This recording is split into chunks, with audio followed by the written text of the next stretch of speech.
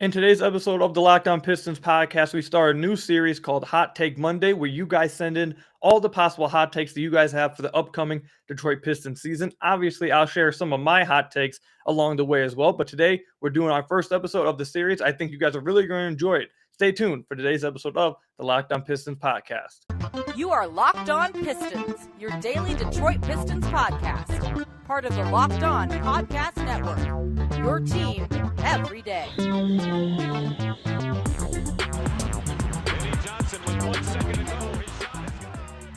What's the deal? Welcome back to another episode of the Locked On Pistons podcast. Per usual, I'm your host, Kuka Hill. You can find me over on Twitter at Kuka Hill. I want to thank you guys for making Locked On Pistons your first listen of every single day. We are free and available on all your podcast platforms. And if you haven't already, head to the YouTube channel at Locked On Pistons. Hit that subscribe button. We're on our way to 5,000 subscribers. We're trying to get there before the start of the season. It would be really appreciative if you guys did go over there and hit that subscribe button, or even listen to this on one of the podcast platforms. Leave a 5-star review on whatever podcast platform that is. That's another great way to support the podcast.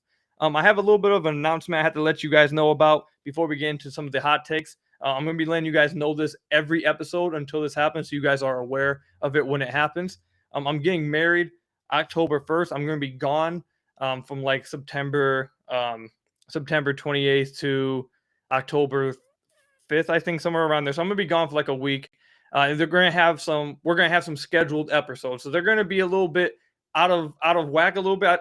It's not going to be timely. It's not going to be about, some of the preseason games. I'm going to miss one preseason game. I'm not going to have an episode up for that. You're going to get probably like a what if episode or a mailbag episode I scheduled ahead of time. So you guys are going to get that during that week. Just want to let you guys know ahead of time, so when it comes, you guys aren't, shocked or surprised and wondering, hey, why isn't Ku recapping the first preseason game? I'm not going to be around.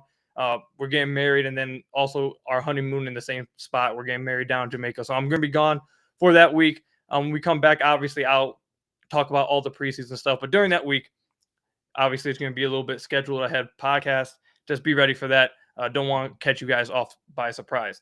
But anyways, we're going to be talking about all the hot takes that I had sent in from you guys. And I had about 50 submissions from you guys over the past week for some hot takes. So this should give us a hell of a lot of hot takes to talk about for the next few weeks. So every Monday, I'm going to be talking about a few.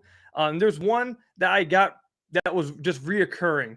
And we're going to talk about that one in the first segment. And we're going to kind of segue it into a larger hot take. So the first one is going to be basically about Isaiah Livers. And the thing with Isaiah Livers that I got a lot from you guys is that Isaiah Livers, it's either like basically three of the same things. One, he's going to become a starter. 2, hot take, he'll be a starter by the All-Star break. 3, he's going to be a consistent starter all year, et cetera, et cetera. So instead of talking about that, I saw one hot take that kind of I'm going to wrap up all of your guys' hot takes about Isaiah Livers into one that I want to talk about. And this one's from Sham. We've had Sham on the podcast. You guys have probably heard of Sham. Follow him on Twitter.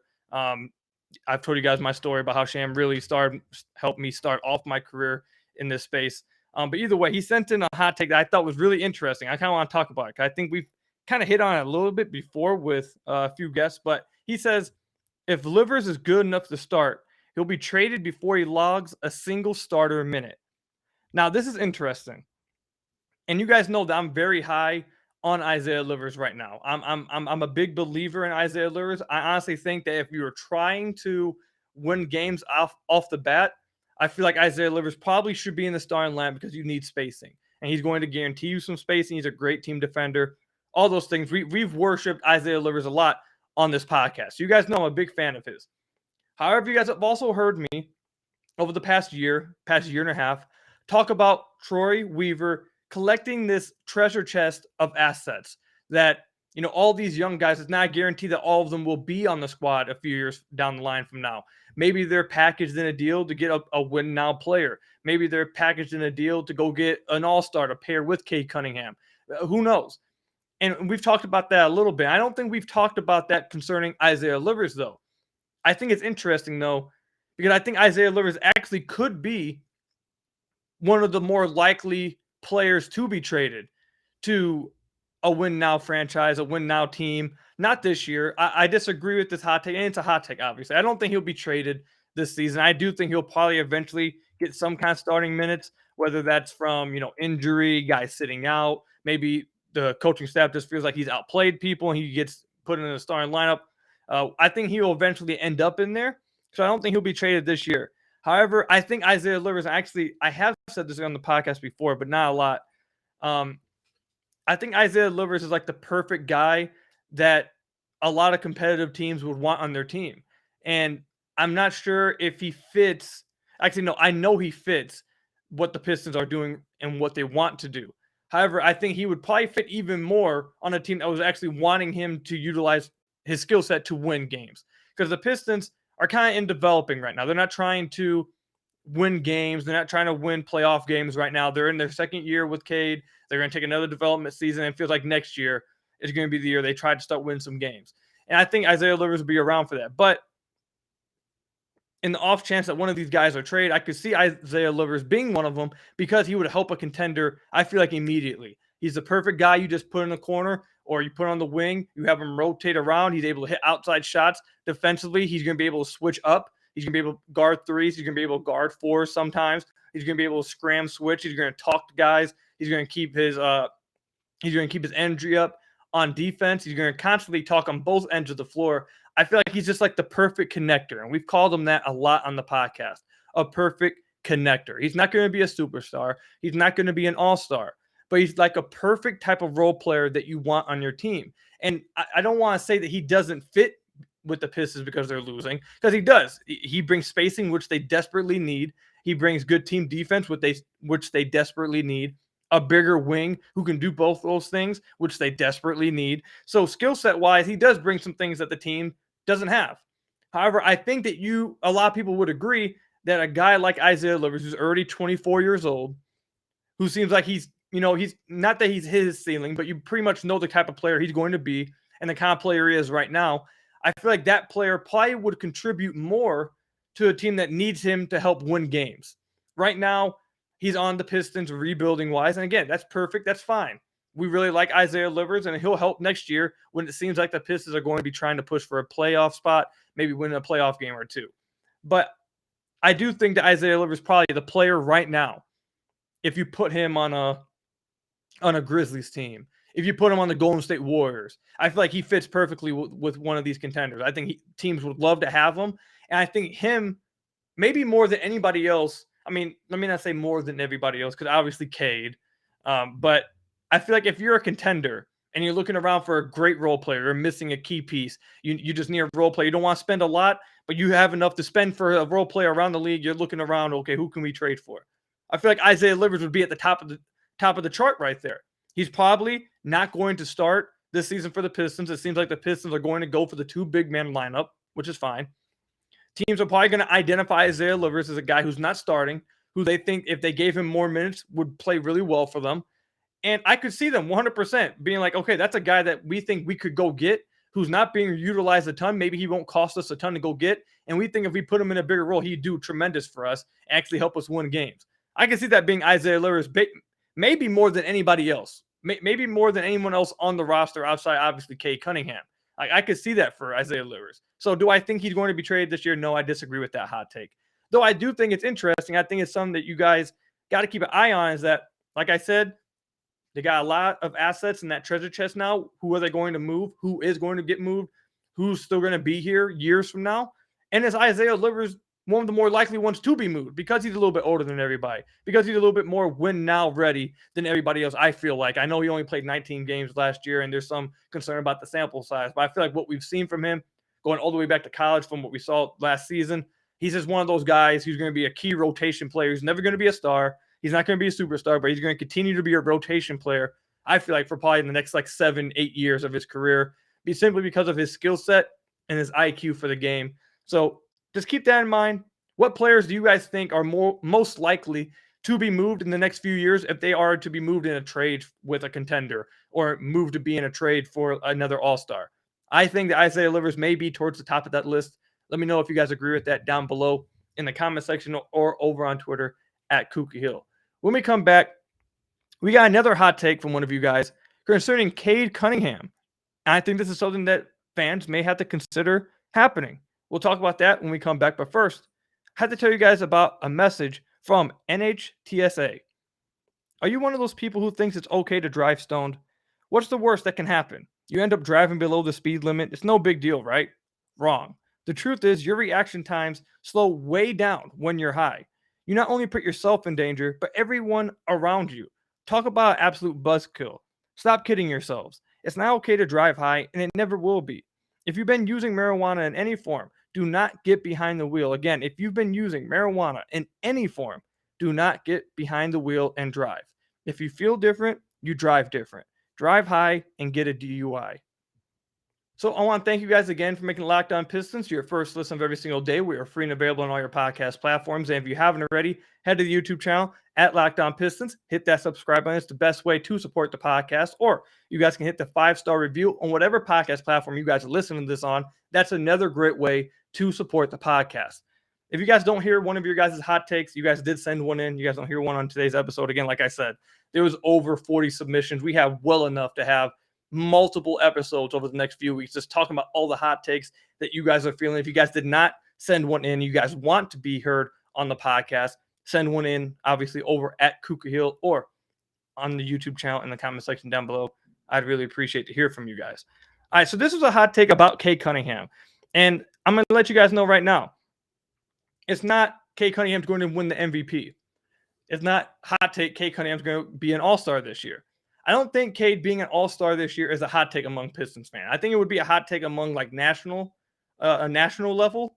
I don't know if anyone nationally would say that, but in the Pistons community, I feel like a lot of people are putting that at like the bar for Cade this year. So I don't think that would be considered a hot take. I feel like a lot of people are actually expecting that for him. However, something I haven't really heard fans really talk about is Cade playing below expectations of the fan base. And this was one of the hot takes that was sent in to me by one of you guys. His name is Brent. He says, Cade will play below expectations, but he'll still have a solid year. And Alec Burks will outplay Jay and Ivy through December, if not longer. So we're going to talk about the beginning part of that his hot take. We'll talk a little bit about the Burks part at the end. But what happens if Cade plays below expectations? And I think it depends. What is your expectations for Cade Cunningham? I've said before on the podcast multiple times, I feel like this is something that I'm becoming pretty synonymous with. I feel like a lot of people know me as this guy now, and basically like the party pooper. Like, I know a lot of you guys look at me like, oh, come on, Koo.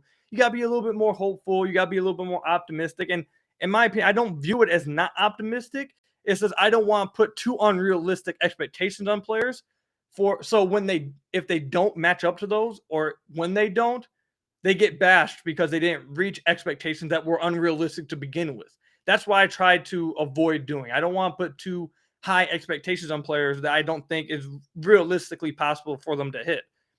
Do I believe Cade getting all-star this year is a realistic expectation? So let's start there.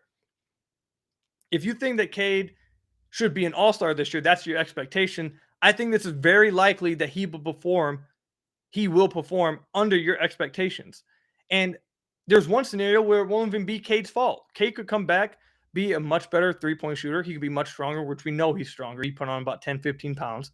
He could come back, cut down the turnovers, average 21 points a game, 7 assists, 6 rebounds. He could do that next season for the Pistons.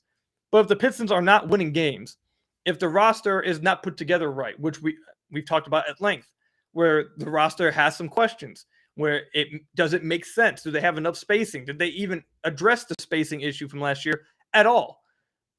They have some issues, or some questions, I should say, with their roster construction right now. So next year, if the Pistons are not winning games, and they're one of the worst teams in the league while Cade's doing that, he's not going to be an all-star. They're not going to vote Cade Cunningham into the all-star game if the Pistons are losing games. And that's something he can't even really afford.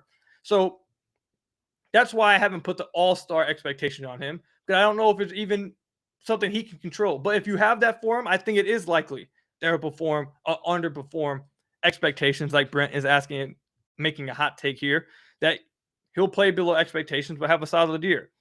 If another expectation you guys have of Cade Cunningham, one of the popular ones I've seen, is 20 points a game, 6 assists, 6 rebounds. Do I think that's realistic expectation for him? Yes, I think that's realistic to expect from Cade in his second season. And to be honest, I think I'm probably expecting that from him too. I told you guys before that I think I did like last week or 2 weeks ago, I predicted Cade Cunningham's season-ending stat line, or his season's worth stat line at the end of the year.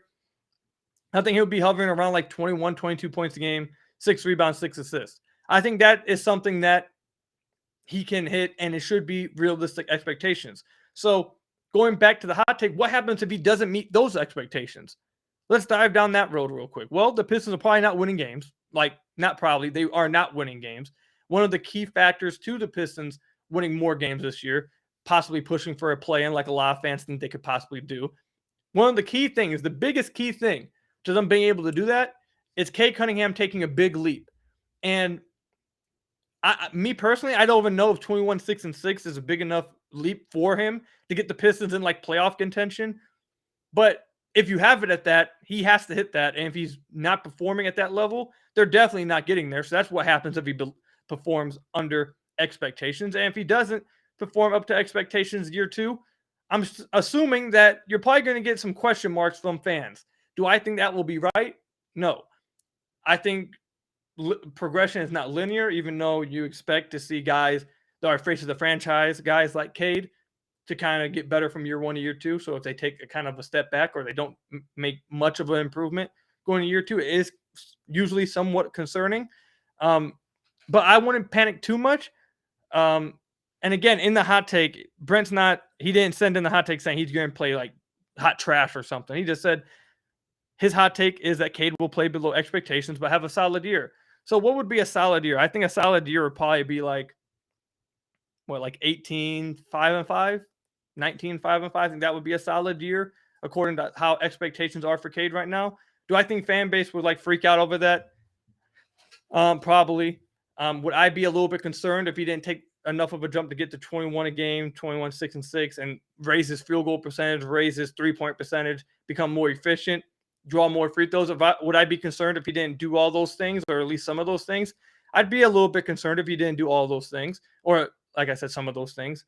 But I don't think this is a likely hot take. I think Cade Cunningham is going to perform to expectations. I think he's going to average around 21 points a game, 6 rebounds, 6 assists. But again, just going into the hot take, that's something I don't think we've talked about. I don't think anyone's really talked about really in the Pistons community, is what if everyone's just assuming Cade takes the next step. I'm assuming it. Me too. I'm assuming Cade's going to take another big step. But what happens if he doesn't? Again, nowhere close to the play-in. Probably one of the worst teams in the NBA. Top 3, top 4. And you're probably going to get some questions or some concerns and some worry from fans. And you're definitely not going to get much love from the national media. You're probably going to get rubbed off by the national media, but I don't think many people care about that. But that's what I think would happen if Cade didn't perform to expectations. But like I said, I don't agree with this hot take. I don't think this is possible. And I'm already expecting Cade to have a great year. I'm a big believer in Cade Cunningham. He's going to be a future MVP. I love Cade. So I'm not worried about this hot take, but it was interesting. I wanted to talk about it because, again, like I said, I don't think anyone's really brought that up. What happens if he doesn't? So I just want to talk about it a little bit. Interesting hot take from Brent. Thank you for sending that one in. Also, he says Burks will outplay Ivy through December, if not longer. And we've talked about that on the podcast a lot. I think it's probably likely that Alec Burks will be a better NBA player immediately than Jaden Ivey. But I don't think that's a big deal. And I don't think that's a shock. I don't think it should be shocking anybody. Rookies are usually not, if you just remove them from their rookies standpoint, like you just compared them to NBA players, usually rookies are not actually better than a lot of NBA players. Rookies can be good for a rookie, can be good for a young guy, but if you're just talking about strictly NBA players, usually they're not as good as everyone else. Usually they are really bad defensively, which is fine. And again, they're just not as good as NBA players most of the time.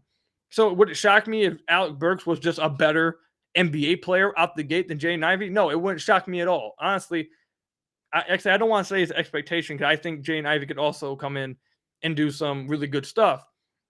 But it's not too unlikely to me that Burks would be a better NBA player than Ivey off the bat. I think Burks is a much better shooter. Right now, I think he's probably better with the ball in his hands in the in-between area. And he's probably a better team defender simply because he has more experience. Like I said, most rookies, Evan Mobley excluded, most rookies are terrible on defense. It just is what it is. Most rookies are not that good defensively. So, again, I don't think it's too big of a deal. I don't think it would be too much of a shock. I think if he was just insanely better than Ivy, then you would have a concern. But him being marginally better than Ivy as an NBA player going into December, I don't think that would be too big of a deal. If Ivy isn't passing him up or getting close to passing him up by like February or March, I think then maybe you would have a little bit like okay, is he getting better? Is he like what's going on? How can we help Ivy a little bit? But no, I wouldn't panic too much if Burks was better than Ivy out the gate. I honestly probably expect it to happen. Again, Burks has been in the league for a long time. He's a really great shooter, and Ivy is a rookie, so it wouldn't be shocking at all. Let me know what you guys think about that down below. And despite that, by the way, just let me point this out real quick. Burks could be a better NBA player off the bat than Ivy, and Ivy could still be like in the running for Rookie of the Year. Like that's just how I view it. I don't view rookies as actual great NBA players. I feel like a lot of us and the majority of people look at rookies and compare them to rookies, compare them to guys their age, not the best players in the NBA or vets in the NBA. So I'm not saying that to diss Jaden Ivey. I think Jaden Ivey could still be in the running for Rookie of the Year and actually not be better than Alec Burks. When was the month? December, by the time December comes through. Yeah, I don't think that would be shocking at all. But let me know what you guys think in the comment section down below or over on Twitter. Do you guys think there's an actual chance Cade could underperform expectations? And what would your reaction be to that? And what happens if Alec Burks is better than Jaden Ivey going into December? Let me know what your guys' thoughts are on that. Again, in the YouTube section, on the comment section, I should say, or over on Twitter at Kookie Hill. When we come back, we'll talk about some more hot takes that we got sent in from all of you guys. God, while I'm recording this, by the way, you guys have just sent in 30 more hot takes. My goodness. We're going to get over 100 by the time I'm done recording this. We'll get into some of these, though. We're going to try to do some quick hitters, wipe some of these out here when we come back. But first, you guys got to hear from some of our lovely sponsors.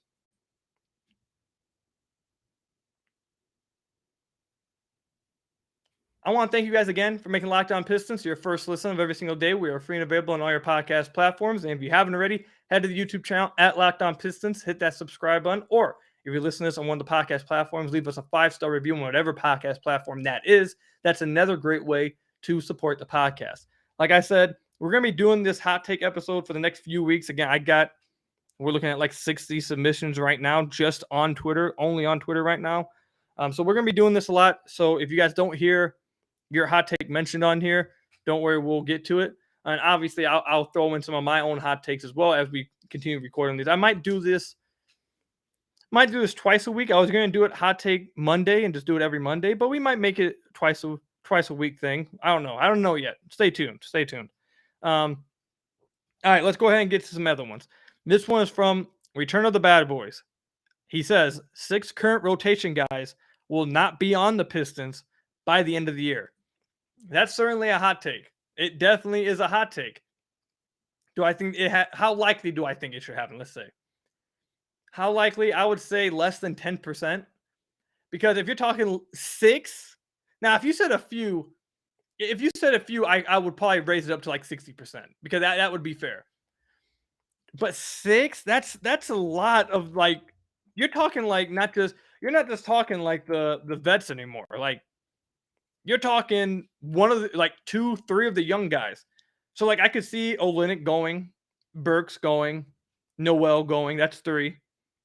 And now you're asking me to pick 3 more. Killian, I could see Killian getting moved. That's 4.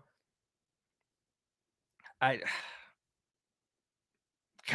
don't know because Kelly Olynyk may not even be in the rotation. Maybe not even Noel. And you didn't. This hot take wasn't just 6 guys on the roster. This was 6 guys in the rotation will be moved. So that's just assuming those guys are actually in the rotation. I got 4. Now, I don't know. Is Diallo in the rotation? Will Diallo be moved? I don't know. I mean, I guess he would be number 5. And then Isaiah Livers, the 6. I don't think Sadiq's being moved. Cade's not being moved. I don't think even if Isaiah Stewart were to struggle from beyond the arc, I don't think even if he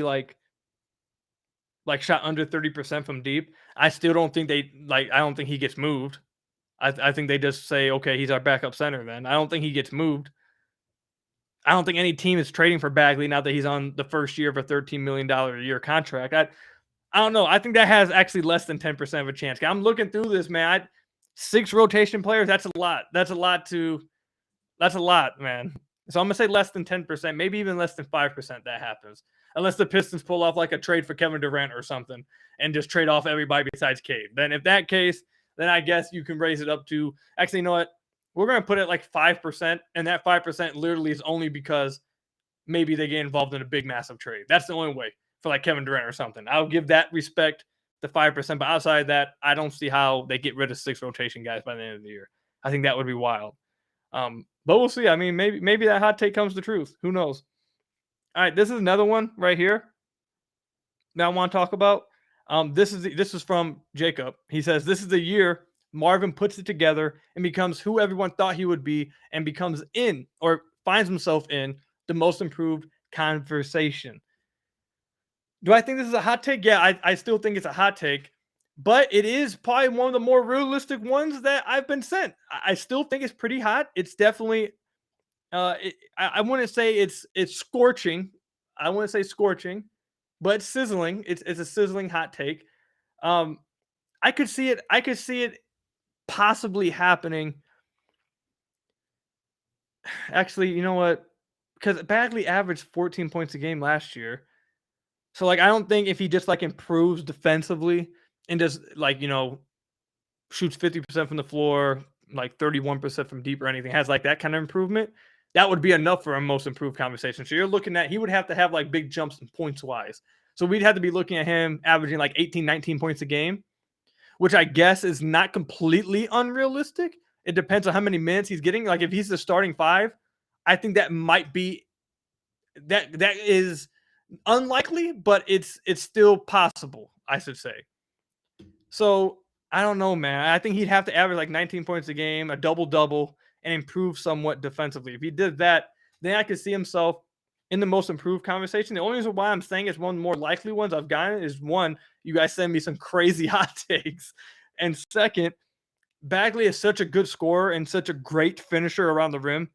And what he has such great chemistry with Cade, especially if he starts. He's one of those guys who can like score a bucket per minute. So if he gets like 30 minutes a game with the Pistons, I could definitely see him averaging north of like 17, 18 points a game. And simply just because off of lobs, off of dump off, putbacks, like all that kind of stuff. I seriously think he could just score right off that 18 points a game, especially if he's playing 30 minutes a game. So that's why I think it's one of the more realistic ones we've gotten. It'd be interesting as hell to see him do that. Definitely would warrant his contract that he was given. Make Pistons fans and the Pistons front office probably feel a lot better about him heading into the next offseason. But yeah, it's definitely a hot take. But there's a universe, there's a far off universe somewhere, a different timeline in this multiverse that I could see Marvin Bagley being in the most improved conversation. Is it this timeline? We'll have to wait and see. But I can see it in a certain timeline in this multiverse. Let's go ahead and get to the next one though. Okay.